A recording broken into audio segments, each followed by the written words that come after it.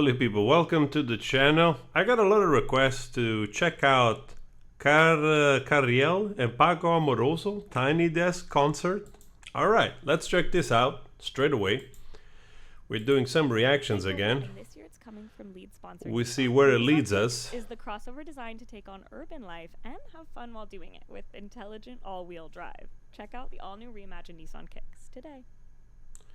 I'm also having another channel called Frank Valkyria TV, where I show snippets of great band. First of all, really, apart from the guy with like 4 pair of glasses on his face, really great band. Wow, the sound, it's like I'm already blown away by what a nice groove they have all together, right? The singers and the whole band and the backing vocalist. Wow, adding a little bit of that extra something into the sound, quite lovely. Well, I mean, whether or not you like this type of music, obviously, will make a difference. I didn't know what to expect, right? The fact that they're performing live with such a tight band, to me, it's already a win, frankly. So there's other songs. I don't know if we're gonna go through all the songs here, but anyway, well, let's start with one at least. Okay, yeah, you know, every now and then you quiere comer culito, right? You gotta have that, I suppose, you know. Vocals, they add a lot, obviously. I have to say, they both can sing pretty well. The other guy with the red jackets, I think he has more nuance in the voice. The other one sometimes has too much this bronchitis type of a hazy, hoarsish voice, which is also fits very well in the combo. But the backing vocalists, they do had a little bit of layers. Otherwise, their voice is kind of thin. So it doesn't really have a lot of presence. The way it went down, like, na sing girl. Oh, that was funny.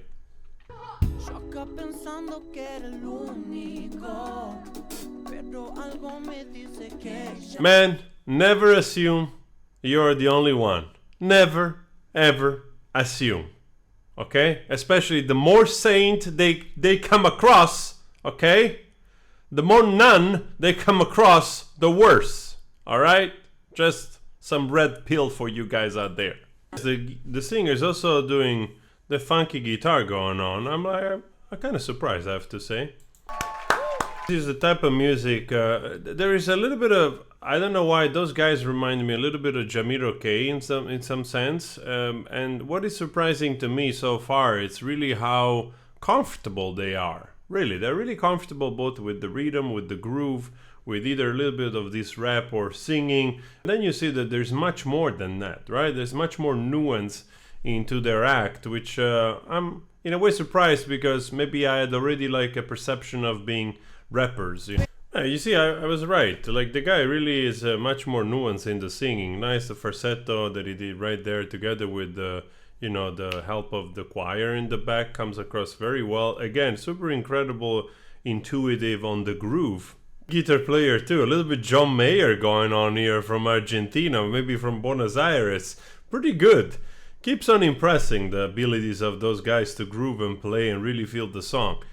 In matter of, you know, whether like do you like this type of stuff, well, yeah, you know, it was really, so don't make kids, please, spare them. Spare them!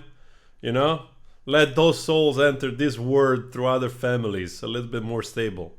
I have to think of, like, I just read an article where these 2 inmates, well, in a female-male prison, they find a way to exchange semen, and basically the man managed to deliver this semen to this woman, which apparently they wanted to be together or whatever, and she managed to fertilize herself with his semen and got pregnant. And then I'm like, oh my god, why?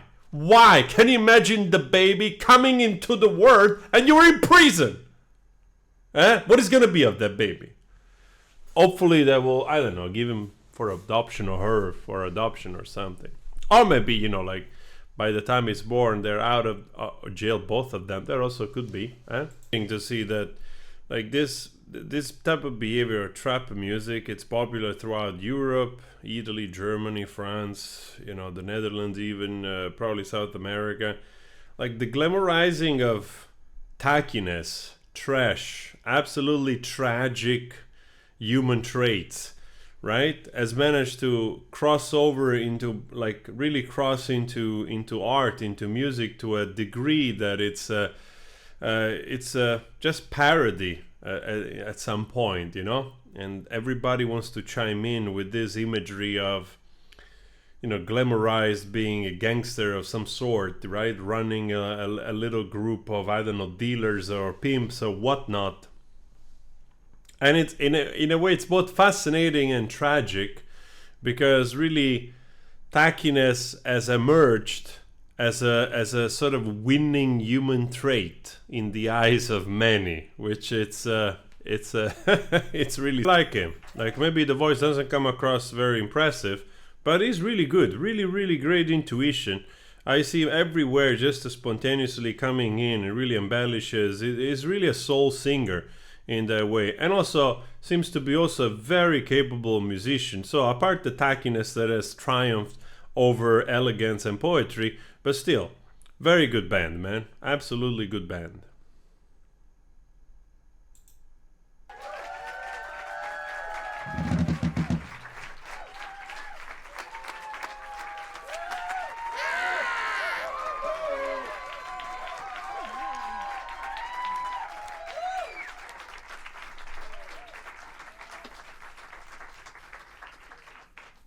Muchas gracias, Tiny Dead. Muchas gracias, Internet. Esto es nuestro último tema.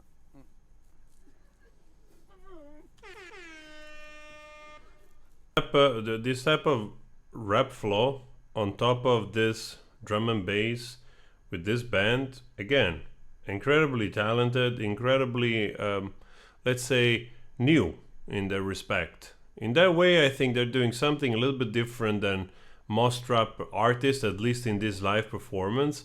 So they really combine this beautiful funky and bossa nova, and they, like, you know, all these type of elements of different music, drum and bass, really well together in a combination that comes across as refreshing, I have to admit, even though this is not specifically my style of, you know, style of music that I tend to listen to. But it's undeniable that they're doing something quite tasteful. Really great stuff. We give it half point of space because you never know if they can do something better, you know? So, but that's basically the top for me. Wow.